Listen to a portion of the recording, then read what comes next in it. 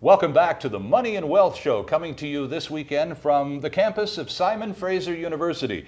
And our special guest, marketing professor Lindsay Meredith. Now, Lindsay, we've been talking for most of the show so far, at least, about small and medium businesses and their struggle for survival and perhaps some strategies they might consider to improve their chances of making it through this very intense retail sector between now and Christmas. Yeah. Let's focus in this segment on individuals. You said earlier, accurately, that British Columbia has not taken as stiff a hit as a result of the recession, certainly as anybody in the United States and people in other parts of Canada. But we're not immune.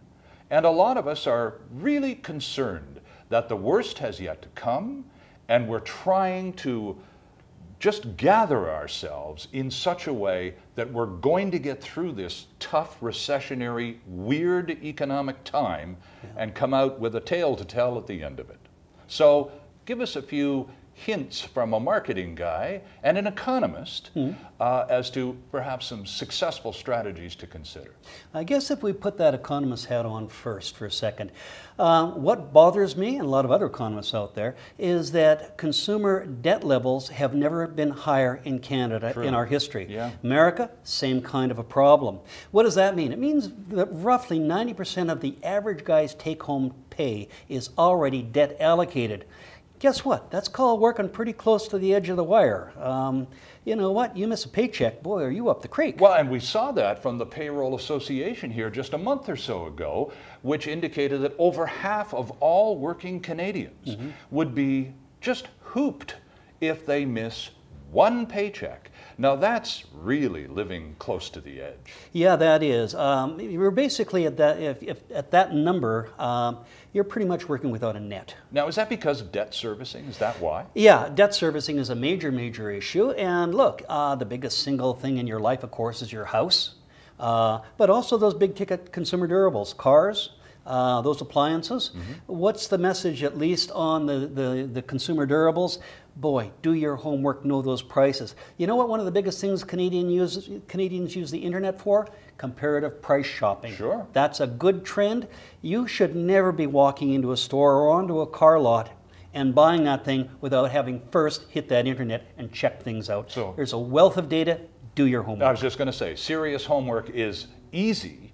Unlike days when you and I were assigned homework, you got it. It's literally click, click, click, and you can be unbelievably well informed in minutes these days. Yep, dead on.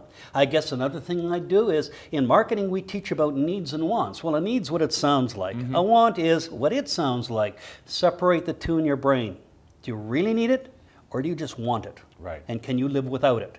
Because one of the things you need to do is control the size of that debt load you're carrying, create a bit more of a cushion for yourself. An old line I've often used with my students, you really want it that much in the future? Fine, you save the money till you can afford to pay cash. Right. Back off the old Visa card. Back off credit cards. They are expensive. Back off department store credit cards. They're expensive. Back off buying options when you're buying those cars. The money is not made on selling you the automobile, it's made on selling you the options that go with it. Sure, sure. So those are all ways you want to make sure you're cutting back. Why are you buying the name brand products off that supermarket shelf? Go for the house brand, it's a lot cheaper. By the way, a lot of that stuff comes out of the same factory. Not different places, not different quality, same place, same food. So be price sensitive. Do your homework again on that. Stores have big spreads on prices. Look, the reason I offer a special in my supermarket is to get you in the door. Yes, the special's there, but as soon as you're in the door, I know darn well you're going to buy a whole bunch of other stuff. That's not on special. Unless you're a savvy shopper and literally shop those specials, and you go to that supermarket to buy that item, turn around and get the heck out before they get any more money than you had planned to spend. Dead on. You know what? And there are some consumers who separate those needs from those wants, and they know when to stop shopping. And they go in, they buy what they need, and they leave. As you mentioned, the biggest ticket item in most of our lives is our home. We've seen in the United States a tremendous decline in housing values, increases in foreclosures, people whose mortgage is worth more than the street value of their home these days, a collapse of the U.S. housing market. Do you see anything like that on the horizon for Canada? We're going through a bit of a decline right now. Where do you see that working itself out? I've had quite a few people chase me on that one, and yeah, was there talk of the housing bubble in Canada? Yes, there was. Sure. And I flatly went on the air not long ago and saying, look, are housing prices in Canada going to soften up a little bit? Sure they are. Are they not going to grow as quickly as they have in the past? Of course, we've all seen that. Is the bubble going to break and the world come to an end? No, I don't think so. We got nowhere near the kind of inflated housing prices and toxic mortgage behavior that the Americans got into. That's what caused the bubble to break in the United States. We have historic low interest rates. And yes, we owe $1.46 for every buck we earn, but my gosh, it's easy to borrow and darn tempting at these low rates. How do you sort of stay away from that? You're onto a very good point here again. What you want to watch out for is, look, beware of rising interest rates. That can happen. Don't overextend yourself. Don't get in hawk up to your back teeth. Little self-control goes a long way. And it is reasonable to assume that given they have no other direction to go, interest rates sooner or later will go up. Absolutely. Just as sure as that balloon's going to rise, those rates eventually will move up. Lindsay, I really appreciate your taking the time to, first of all, host us back up here on top of Burnaby Mountain, and we appreciate your time and your expertise. It's been a real pleasure having you on the program. Thanks so much for joining us.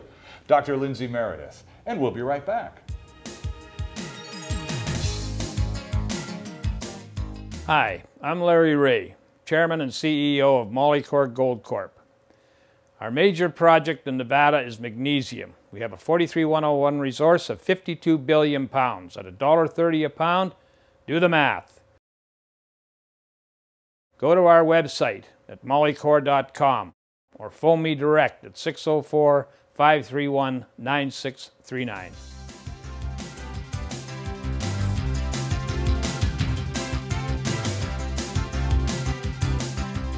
Tax Tips with David Ingram. You're a doctor and you've been looking at greener pastures, and the United States looks pretty good. Now remember, there's a whole bunch of doctors coming back to Canada right now, but if you do want to go, don't make the mistake of thinking that because you look at their chart that you qualify as a TN visa. To be a TN visa holder to the States, you have to be an employee. You can't just go down and write yourself a place and set up in business. So if you want to go down as an emergency room physician, or you want to go down to be a public health doctor of some sort, you can go down as an employee. You can't go down just now, right overnight, to set yourself up in practice.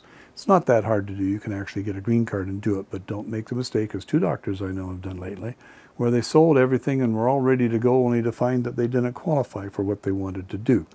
Now when you do leave, you got to file a departing Canada tax return with a T1161. You got to file an arriving in the States tax return, a dual status 1040. Make sure you get them right, because there's big penalties if they're wrong. That's a tax tip, and pay attention.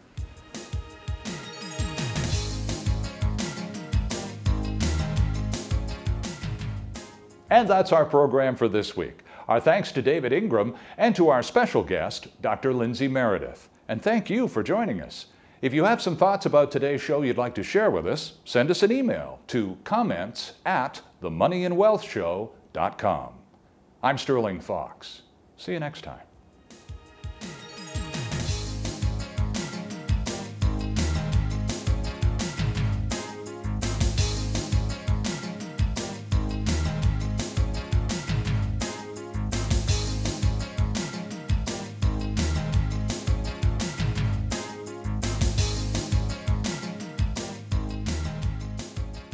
Comments made on the preceding paid commercial program are an expression of opinion only and should not be construed in any manner whatsoever as recommendations to buy or sell any financial instrument at any time.